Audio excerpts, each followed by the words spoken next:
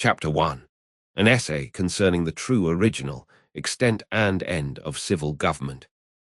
Sect 1. It having been shewn in the foregoing discourse. 1. That Adam had not, either by natural right of fatherhood or by positive donation from God, any such authority over his children or dominion over the world, as is pretended. 2. That if he had, his heirs yet had no right to it. 3. That if his heirs had, there being no law of nature nor positive law of God that determines which is the right heir in all cases that may arise, the right of succession, and consequently of bearing rule, could not have been certainly determined. 4. That if even that had been determined, yet the knowledge of which is the eldest line of Adam's posterity, being so long since utterly lost, that in the races of mankind and families of the world there remains not to one above another the least pretence to be the eldest house, and to have the right of inheritance.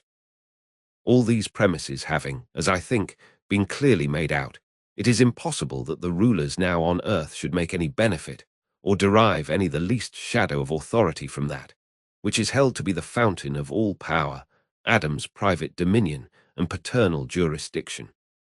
So that he that will not give just occasion to think that all government in the world is the product only of force and violence, and that men live together by no other rules but that of beasts, where the strongest carries it, and so lay a foundation for perpetual disorder and mischief, tumult, sedition, and rebellion, things that the followers of that hypothesis so loudly cry out against, must of necessity find out another rise of government, another original of political power, and another way of designing and knowing the persons that have it, than what Sir Robert Filmer hath taught us.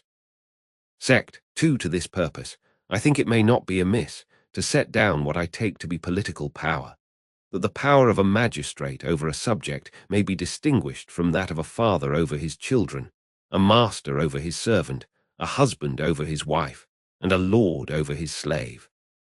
All which distinct powers happening sometimes together in the same man, if he be considered under these different relations, it may help us to distinguish these powers one from wealth, a father of a family, and a captain of a galley.